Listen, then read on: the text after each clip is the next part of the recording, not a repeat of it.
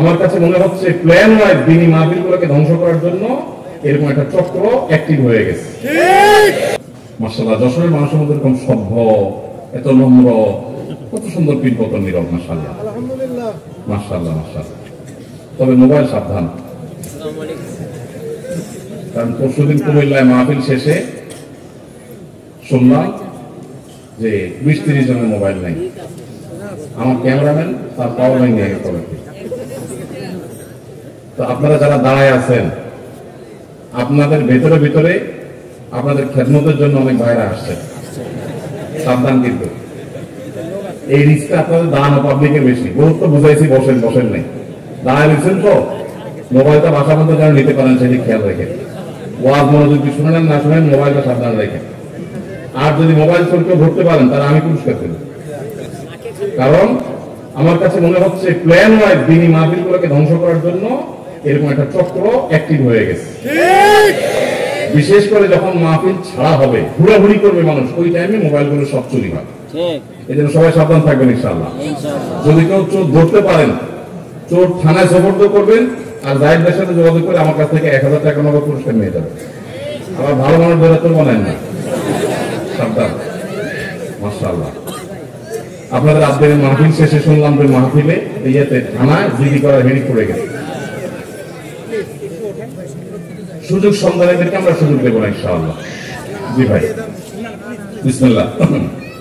এরপরে প্রশ্ন, আমাদের এলাকার দাগি চোর আছে যাদের মাধ্যমে এলাকার মানুষ দীর্ঘদিন যাবৎ ক্ষতিগ্রস্ত হচ্ছে। সর্বনাশ, তাহলে মোবাইলের কথা আমি ঠিকই বলেছি। রাজনৈতিক ছত্রছায়া ও আইনের কঠোর প্রয়োগ না থাকায় তারা এই কাজ থেকে বিরত হচ্ছে না। সাধারণ মানুষ এক্ষেত্রে কিভাবে সমাধান করতে পারে? এই প্রশ্ন তো জায়গা মতো আসে নাই।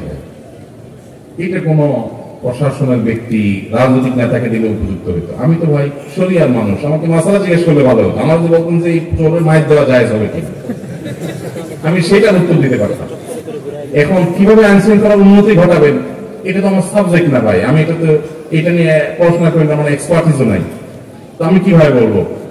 তবুও শুধু প্রশ্ন করেছেন যেহেতু, সেহেতু বলা যে আসলে এই যে একটা কথা প্রশ্নের মধ্যে উত্তর আছে, রাজনৈতিক ছত্র ছায়ায় এদেরকে অনেক সময় প্রশ্রয় দেওয়া হয়। আপনি নিজেই লিখেছেন। তো আমাদের দেশে যারা চোর, ডাকাত, বাটপার, দুর্নীতিবাজ, টিনচোর, বংচোর, দেশের টাকা লুটপাটকারী, বিদেশে পাচারকারী, এই মানুষগুলোকে আমরা কম বেশি চিনি না? চিনি না?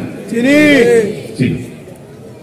যদি চিনি, তাহলে কোনোভাবে যাতে তারা এই অপকর্মগুলো করতে না পারে সেজন্য আমাদের দায়িত্বশীল আচরণ করা কর্তব্য না? কর্তব্য না? কিন্তু আমরা কর্তব্য আদায়ের সময় 500 টাকার নোট পাইলে বলে ভোট তোমার দিন, ঠিক না? ঠিক। তো আপনি লাগাবেন তাল গাছ, আর আমার কাছে লেখা দিবেন ভাই কিভাবে বেল পাবো? সম্ভব? সম্ভব?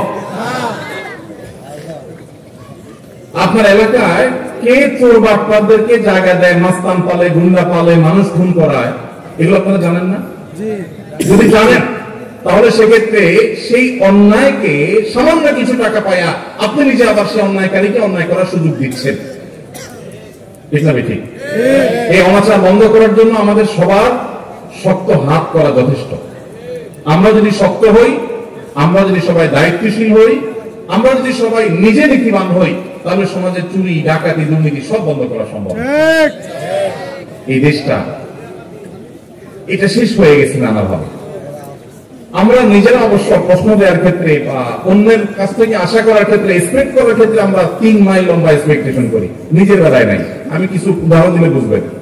ধরেন আপনি রিক্সায় যাচ্ছেন, একটা বাস পাশ দিয়ে যাচ্ছে, পানি আছে একটা গর্তে, যাওয়ার সময় ছট করে একদম ফুল স্পিডে পানির উপর দিয়ে চাকাটা নিয়ে গেল, আপনার জামা টামা সব ময়লা পানিতে ভরে গেল। আপনি তখন কি করেন?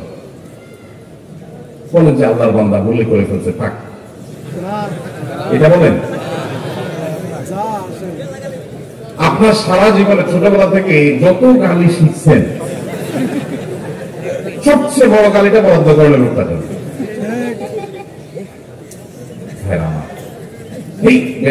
আর কি ভদ্র গালি হলে যদি বলেন অন্তত বেয়াদব তো বলবেন। এরপরে বলবেন যে কিছু শিখে নাই, কত অমানুষ দেখো কিভাবে গাড়িটা চালিয়ে নিয়ে গেল, আশপাশে কিছু দেখলো না। আপনি তাহলে 14 গোষ্ঠী উদ্ধার করে ফেললেন, সে খারাপ খারাপ জিকির শুরু করে দিলেন। এবার আসেন, আপনি যখন ওই বাসের যাত্রী হন, আপনার যশোর থেকে মাগুরা যাওয়া লাগবে, অল্প সময়ের মধ্যে যাইতে হবে, সময় কম, বাসওয়ালা এমন টানা টানছে, যাওয়ার কথা 1 ঘন্টা 50 মিনিটে পৌঁছায় দিচ্ছে।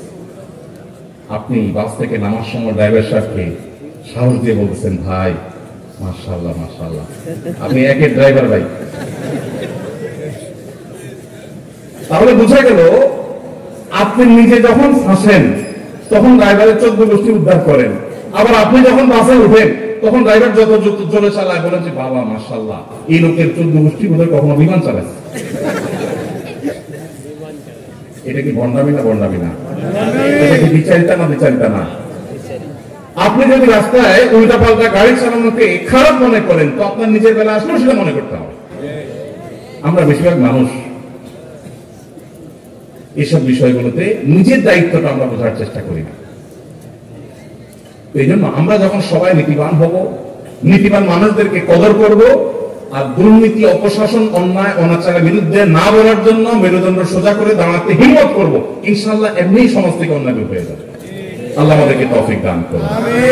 লাগাবেন বেল গাছ, আর আমার কাছে চিঠি লিখে বলবেন কিভাবে তার আশা করা যায়, সম্ভব না। আল্লাহ আমাদেরকে তৌফিক দান করুন।